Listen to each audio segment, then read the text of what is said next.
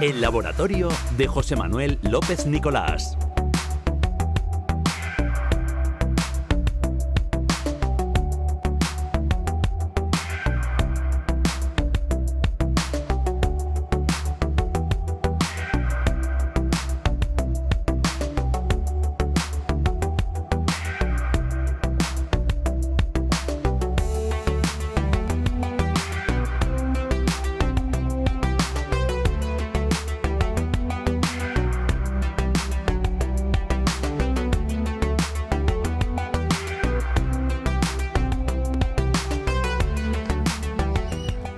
Paqui, se nos ha llenado la mesa para este final del Hoy por Hoy. Saludamos a Ruth García. Buenos días de nuevo. Muy buenas, porque retomamos. Arrancamos el laboratorio de López Nicolás. José Manuel, buenos días. Hola, buenos días. Muy Vamos buenas. a hablar hoy, Ruth, de nutrición.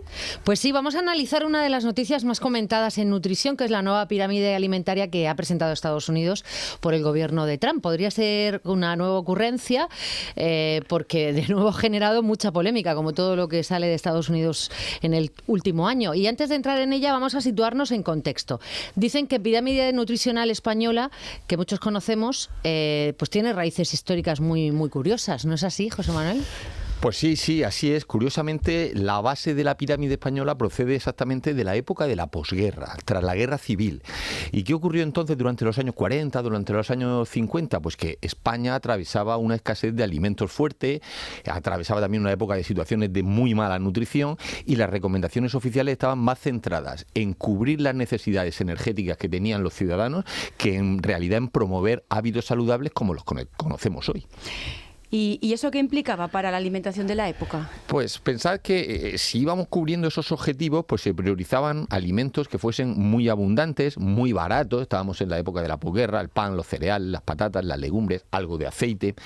La carne, los lácteos y otros productos de origen animal eran muy escasos, eran caros además y se consumían en muy baja cantidad. La educación nutricional de la población era muy limitada y el objetivo principal era evitar la desnutrición, más que prevenir cualquier enfermedad o de enseñar cualquier equilibrio alimentario. Entonces la pirámide moderna española no es exactamente igual a la de entonces, ¿no? Pues no es exactamente igual, pero desgraciadamente en algunos centros se sigue aplicando aquella pirámide alimentaria y la seguimos poniendo en los frigoríficos y tal, y es totalmente absurdo porque la de hoy ha evolucionado mucho. La pirámide moderna pues se inspira en modelos internacionales, en evidencias científicas, promueve variedad, promueve equilibrio, calidad y da prioridad a frutas, verduras, cereales integrales y se modifican los azúcares, las grasas y se modifica también, se modera mucho la carne. Todo eso en España, pero en Estados Unidos.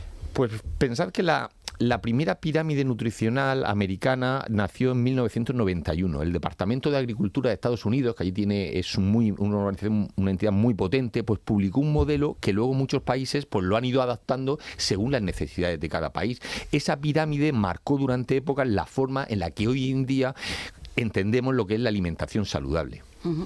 Pero ese modelo fue cambiando con los años, ¿verdad? También, porque cambian las necesidades, cambian también los deseos de la gente y en 2005 el Departamento de Agricultura pues publicó lo que se llamaba My Pyramid, que ya no era una pirámide horizontal clásica, sino una estructura con estratos verticales, con cuñas de colores, que ya les sonará a los oyentes, y visualmente se parecía más a la pirámide que todos tenemos en la cabeza, pero que ya empezaba a ser menos clara para la población en general, que no estaba acostumbrada a todo eso. Y luego llega el famoso MyPlate, ¿no?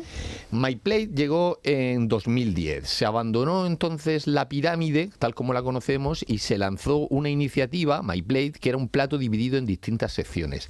La idea era hacerlo pues más intuitivo, pero el modelo tenía muchos problemas, el MyPlate. No diferenciaba el origen de las proteínas, no incluía grasas ni aceites saludables. Al principio ni siquiera resaltaba la importancia de que los cereales pues fuesen integrales y no refinados. Y destacaba la leche como bebida principal en lugar del agua. Y aquí hubo bastante confusión con el plato de Harvard, ¿no? El plato de Harvard yo recomiendo que se lo descarguen todos nuestros oyentes. Ese sí se lo tienen que poner en el frigorífico. De hecho, la Universidad de Harvard tuvo que publicar un comunicado para desvincularse del MyPlate porque no era lo mismo. El modelo de Harvard sí que se basaba en evidencia científica y era bastante diferente. En el plato de Harvard es una guía alimentaria que está desarrollada por la Escuela de Salud Pública de la Universidad de Harvard y que a diferencia de muchas guías oficiales está exclusivamente basada en en evidencias científicas y no en intereses políticos ni en intereses de la empresa privada. Su objetivo era ofrecer una herramienta clara, práctica, coherente para la población general y corrige muchos errores que había en MyPlate. Especifica el origen, la calidad de los alimentos, incluye las grasas saludables, esos cereales integrales, se olvida de la leche, mete el agua y además deja claro que no todas las proteínas ni todas las grasas son iguales. José Manuel, yendo por partes, ¿qué lugar ocupan las frutas y las verduras en ese plato de Harvard? Pues ocupan la mitad del plato y realmente ese 50% no es casualidad. Recomienda que aproximadamente la mitad de cada comida esté compuesta por verduras y frutas, dando mucha prioridad a las verduras y además insiste en la variedad y en consumirlas enteras, no en forma de zumo, porque así conservan la fibra y tiene un mejor impacto metabólico. Pensad que ahora mismo tenemos esa manía, ¿no?, de zumo, asimilarlo o asemejarlo a el zumito de naranja por la mañana y tal, o en los hoteles y tal. Hoy estoy desayunando saludablemente. No, esos son azúcares libres. Los azúcares libres son iguales malos que los azúcares añadidos. Te dispara el pico de insulina. Entonces, no, cómete, como hemos dicho otras veces, la naranja y olvídate de hacer el zumo, porque encima le quitamos la fibra en Murcia, ya un desastre. Eso me dice una nutricionista que dice que la fruta se come, no se bebe. Y, claro, y va en ese sentido. Exacto. Bueno, hace también esta pirámide, o este plato de Harvard, ¿hace alguna distinción entre tipos de verduras? Pues se da especial importancia a las verduras de hoja verde y a las de colores intensos. ¿Por qué? Porque están, por los pigmentos que llevan y por los compuestos que llevan, están asociadas a menor riesgo de enfermedades cardiovasculares, a menor riesgo de diabetes tipo 2, a menor tipo de cáncer. O sea, que el nabo, nada. Nada. Otro punto clave son los cereales. ¿Qué plantea el modelo de Harvard? Pues dedica un cuarto del plato a los cereales integrales, ¿vale? Pero hay que dejar claro, integrales de verdad, que procedan de 100% de la harina integral. Hablamos de arroz integral, avena, pan integral, auténtico, quinoa. Se desaconsejan cereales refinados, porque esos se asocian a picos grandes de glucosa y a un mayor riesgo metabólico. Y vamos a hablar ahora, si te parece, de las proteínas, que es uno de los temas más controvertidos hoy en día, y más en Estados Unidos, ¿no? Pues pensad que el otro cuarto que nos queda del plato está destinado a las proteínas saludables, pero aquí introduce un matiz crucial. No todas las proteínas son iguales ni valen lo mismo. Prioriza las proteínas que proceden de las legumbres, de los frutos secos, de las semillas, del pescado y de las aves. La carne roja y las carnes procesadas se limitan al máximo porque el consumo habitual, cada vez hay más evidencias de que se asocia a riesgos cardiovasculares y a mayor riesgo de mortalidad si abusamos de ello. Tampoco tenemos que alarmar, ni muchísimo menos. ¿Y entonces qué pasa con la proteína vegetal? Pues porque tiene un papel central en todo esto. Esas legumbres son fuente de proteína clave en ese plato, algo que contrasta radicalmente con la nueva pirámide estadounidense, la pirámide que ha sacado ahora el gobierno de Trump, donde prácticamente desaparecen. La evidencia muestra que sustituir proteína animal por proteína vegetal pues mejora marcadores de salud y reduce el riesgo de enfermedad. Y uno de los grandes aciertos del plato de Harvard es incluir las grasas, y siempre hay confusión. Unos dicen que son malas, otros que son indispensables. ¿La ciencia qué es lo que dice?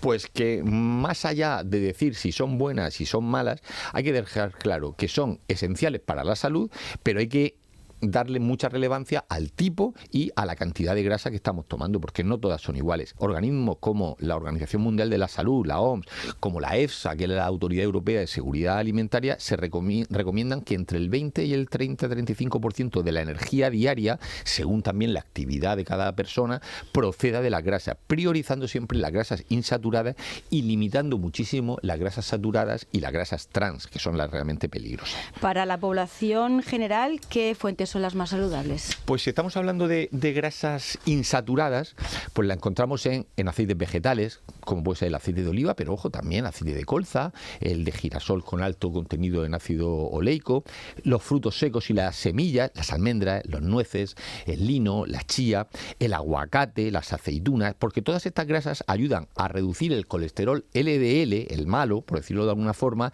y a proteger la salud cardiovascular. En cambio, debemos limitar mucho esas grasas saturadas, que están ¿dónde? Pues están en mantequilla, en grasa de carne, en quesos que sean muy grasos, y eliminar las grasas trans, que las encontramos sobre todo en los productos ultraprocesados, los de bollería industrial, los de pastelería, etcétera. ¿Y los deportistas necesitan ajustar su consumo de grasas? Claro, ahora mismo el tema de los deportistas está muy en auge respecto a su alimentación. La idea sigue siendo la misma. No deben eliminarse porque son fuente de energía y evidentemente la necesitamos, y ojo, también porque ayudan a la absorción de las vitaminas liposolubles, de las que son solubles en grasa, de la A, de la D, de la E, de la K. Se recomienda que aproximadamente entre un 20 y un 30% de la energía diaria proceda de esas grasas, pero siempre las saturadas, que estén por debajo del 10%. Los deportistas no necesitan consumir más grasa que la población general, pero sí necesitan consumir una cantidad y una calidad, sobre todo, de la que estamos hablando. Hablamos de los deportistas, pero también están las personas mayores que quizás no hacen tanto deporte. ¿Ellos tienen que hacer algún ajuste?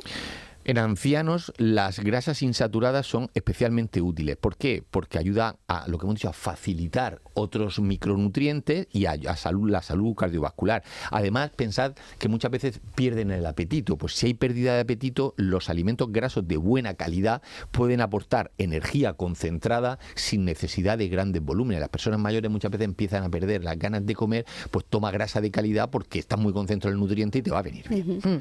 ¿Y qué pasa si comemos demasiadas o muy pocas grasas? Tanto el exceso como el déficit es malo. El exceso de grasas saturadas, riesgo cardiovascular, obesidad, evidentemente, y problemas metabólicos. Por otro lado, el exceso de grasas trans, las que se encuentran en los productos de bollería, los ultraprocesados, alto riesgo de enfermedad cardíaca y de mortalidad alta. Pero el déficit de grasas, pues tú entonces vas a tener un problema de absorción de las vitaminas liposolubles, las que hemos dicho, la A, la D, la E, la K, y también alteraciones hormonales y una menor saciedad. La menor saciedad que lleva, pues luego a ir picando durante el día, y lo que picamos normalmente no son productos saludables, sino todo lo contrario. En resumen, no todas las grasas son malas y lo importante es saber elegir las adecuadas. Exacto. Aquí tenemos que incluir los aceites vegetales, frutos secos, las semillas, el aguacate, todo eso como parte de la dieta diaria. Limitar las saturadas y las trans fuera.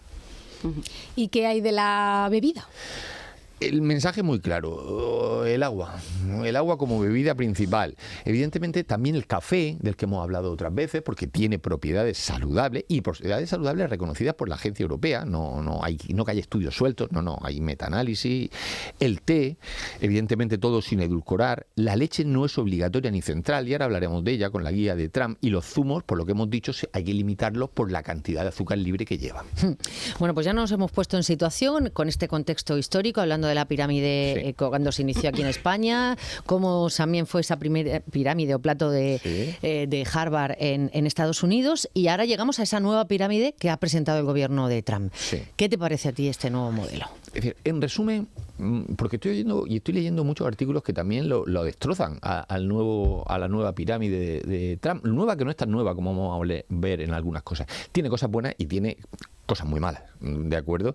Lo primero que llama atención es la forma, la pirámide invertida, ¿vale? Le da la vuelta. Que le da la vuelta, bien, es decir, bien, pero hay que interpretarla, y hay que entender que no todo el mundo sabe interpretarla. Pero hay algo que leyendo, porque la pirámide va acompañada de un texto, de un documento, y leyendo el texto, pues me di cuenta cuando lo leí que realmente no existe no va en concordancia. La pirámide dice una cosa, la imagen, y el texto en algunas cosas dice lo contrario. Y ese mensaje es muy confuso y no refleja las recomendaciones que hace la OMS, que hacen las asociaciones de nutrición y que hacen los principales nutricionistas norteamericanos. Va en contra en muchas cosas de lo que dicen los propios investigadores estadounidenses. Es una guía, por decirlo de alguna forma, difícil de interpretar incluso para profesionales. Es confusa, pues imagínate para la población en general. Y además que uno de los puntos más criticados es el protagonismo de la proteína. Sí, y todo viene porque se intuye detrás de la charla, se intuye detrás de esta nueva pirámide un protagonismo de la industria alimentaria fuerte, ¿vale? Estadounidense. Pensad que esta nueva pirámide promueve un consumo proteico muy elevado, entre 1,2 y 1,6 gramos por kilo de peso de la persona, cuando para la población sana está muy demostrado que la recomendación de organismos muy reputados es muy clara: 0,8 gramos gramos por kilo de peso corporal al día. Y estamos hablando que la nueva pirámide de Trump lo duplica en algunas situaciones. Con esa cantidad, los 0,8, cubrimos el mantenimiento de tejidos, las funciones metabólicas, la recuperación muscular, que es para lo que se toma mucha proteína. La mayoría de las personas ya consumen suficiente proteína, especialmente en países occidentales, y el exceso no aporta beneficios adicionales. La pirámide de Trump prioriza además de esa gran cantidad de proteína, prioriza la proteína animal. La que, en el fondo, la pirámide es una oda a la carne, a los huevos, a los lácteos, eso es, y relega las legumbres, de las que hemos hablado antes, la proteína vegetal, a un papel mínimo, y eso no tiene ninguna justificación científica. Una cosa que quiero dejar clara es que, aunque mucha gente añade proteínas a todas las comidas, ¿vale?, eso realmente no es necesario para estar más sano o más fuerte. Lo importante es la proteína que tomes al día, no que la metas en todas las comidas, no tiene por qué estar en todas las comidas. Y en el caso de los deportistas, porque sí se dice que ellos suelen necesitar más proteína. Sí, pero con límites claros, ¿vale? La ingesta recomendada también es verdad que varía según el deporte. Por ejemplo, si hacemos deportes de resistencia, pues 1,2, 1,4 gramos por kilogramo al día. Si hacemos deportes de fuerza o de hipertrofia, 1,6 a 2 gramos por cada kilo de persona al día. Pero pensad, fijaos lo que os he dicho, 1,6. ¿Vale? Pero 1,6 es lo que está recomendando la nueva pirámide americana a toda la población en general. Lo que está establecido que es para los deportistas de hipertrofia. O sea que estamos hablando de un abuso. Más allá de esos rangos, la evidencia muestra que no hay beneficios adicionales. Ojo, y el exceso de proteína solo se utiliza como energía o puede convertirse en grasa, y entonces realmente estamos haciendo una torta con unas Pascuas. ¿Y qué pasa con los mayores? Aquí se habla de aumentar también la ingesta, ¿no? Correcto. Con la edad sí que es verdad que aparece lo que se conoce como la resistencia anabólica, es decir, los músculos responden peor a la proteína. Por eso se recomienda en personas mayores sanas aumentar hasta 1,2 gramos de proteína diaria por peso de la persona, y si hay fragilidad, hay problemas con los huesos, pues llegar hasta 1,2, 1,5. Pero eso no significa más carne necesariamente. Y vuelvo a decir que yo no satanizo la carne, lo que satanizo es el abuso de carne roja como se está haciendo. Pero no significa más carne, porque sino más legumbres, más huevos, pescado, frutos secos, que son excelentes opciones para obtener esa proteína, porque asociamos normalmente proteína a carne, no, la tenemos en todo eso de gran calidad. Hablemos ahora de la fuente. Claro. ¿Qué diferencias hay entre proteína animal y proteína vegetal? La proteína vegetal tiene beneficios claros para la salud. Menor riesgo cardiovascular, efecto positivo en el metabolismo, menor mortalidad. Las proteínas vegetales bien combinadas, las de los legumbres, las semillas, la soja, los frutos secos, cubren perfectamente las necesidades incluso de los atletas. Por el contrario, el exceso de proteínas animales, especialmente en carnes muy procesadas, en carnes rojas, se asocia a mayor riesgo de enfermedad. Además, y eso poca gente habla, la proteína vegetal es más sostenible desde el punto de vista ambiental. Y luego, ¿la elección de la proteína también tiene impacto en el planeta? Sí, y ese impacto es muy grande. La producción masiva de proteína animal pues genera que mayor uso de agua, mayor emisiones de gas del efecto invernadero, mayor deforestación. Reducir esa proteína animal y priorizar fuentes vegetales es bueno, no solo para la salud, como ya hemos dicho, sino como también para el medio ambiente. Para cerrar este apartado, ¿qué riesgos tiene entonces ese exceso de proteína? Pues estamos sobrecargando los riñones, tiene problemas metabólicos, tiene el corazón, puede sufrir grandes consecuencias, no hay beneficios adicionales para la población general o incluso para deportistas si se excede de los rangos recomendados que ya hemos dicho. La clave, como siempre, está en equilibrar la cantidad, la calidad y la fuente. Y hay una cosa que siempre se dice, que hay que comer de todo. No, pero ¿cómo que hay que comer de todo? No hay que comer de todo. Hay cosas de buena calidad y hay cosas de mala calidad. Pero siempre hay que variar y comer de todo. Pues mira, no. Hay cosas que te las tienes que aguantar. Hablando de los lácteos, también la recomendación de Trump ha generado polémica. Para empezar, ¿son necesarios todos los días los lácteos? Pues la evidencia dicen claramente que los lácteos no son imprescindibles para la salud de la población general, lo que no significa que sean malos, en absoluto, ¿vale? Pero imprescindibles no son. Organismos, la OMS, la EFSA, de la que estamos hablando, consideran que los lácteos Pueden formar parte de una dieta equilibrada, por supuesto, pero no son obligatorios. Lo más importante al final son los principios activos, los nutrientes. Y estamos hablando de calcio, vitamina D y proteínas. ¿La tienen los lácteos? Sí.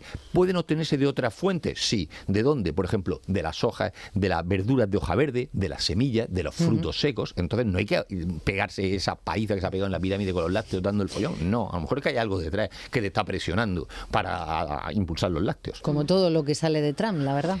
Y en el caso de los niños, porque siempre se habla de la leche para crecer fuertes. Claro, en la infancia los lácteos son una fuente conveniente de calcio, de proteína y de vitamina D, pero no es la única opción. Hemos dicho las legumbres, los frutos secos, los alimentos fortificados, enriquecidos, pueden cubrir esas necesidades. La Academia Americana de Pediatría dice que lo crucial es asegurar una ingesta adecuada de esos nutrientes, que no tiene por qué ser necesariamente a través de la leche de vaca, ojo, y que también obviamos un poco a los intolerantes a la leche o a la proteína o a la lactosa. Nos quedan 2 minutos y medio, vamos a ir apretando porque en este caso los deportistas necesitan los lácteos. No. Vuelvo a decir, no se puede sustituir por batidos vegetales, fortificados, tofu, frutos secos, etcétera. No hace falta. ¿Y con los mayores? Pues se suele recomendar el lácteo por el contenido en calcio y proteínas, que ayuda a la densidad ósea, pero las fuentes que hemos dicho también son importantes. ¿Y hay diferencia entre leche, yogur y queso? Claro, y la gente no las ve. Leche y yogur naturales, buena fuente de proteína y de calcio, bajo procesamiento sin edulcorar. Quesos curados muy grasos, alto contenido en grasa saturada y sodio. Hay que moderar el consumo. Lácteos azucarados ultraprocesados, fuera. ¿Y qué hacemos con la leche vegetal? Pues la de soja es la que más recomiendo. Su proteína es la más cercana a la leche animal en calidad, mientras hay otras opciones que tienen menos proteína. Y vamos a ir resumiendo, ¿no? Vamos a ir cerrando. ¿Hay algo que se pueda rescatar de esta nueva guía del gobierno de Donald Trump? Tiene aspectos positivos. Promueve frutas, verduras a diario, eso es bueno. Mejor se enteras que en el zumo, eso es bueno. Reduce el énfasis en azúcares añadidos y ultraprocesados, eso también es bueno. O sea que no todo es malo, pero las cosas que hemos dicho de lácteos, carne, huevos continuamente, no. Al final la audiencia se tiene que quedar con que la nutrición, pues siempre hay intereses, muchas veces hay intereses económicos, políticos que hay que obviar. Hay una decisión más política que lo que comes cada día. Por eso es fundamental basarse en la evidencia científica y no solo en guías oficiales que pueden responder a otros intereses que subyacen detrás. O sea, que tú recomendarías, más que la nueva pirámide de Trump, basarse en el plato de Harvard, ¿no? La pirámide que también recomiendo, si quieren mejor una pirámide, la australiana, es buena porque pone ahí la base en todo lo que hemos estado diciendo.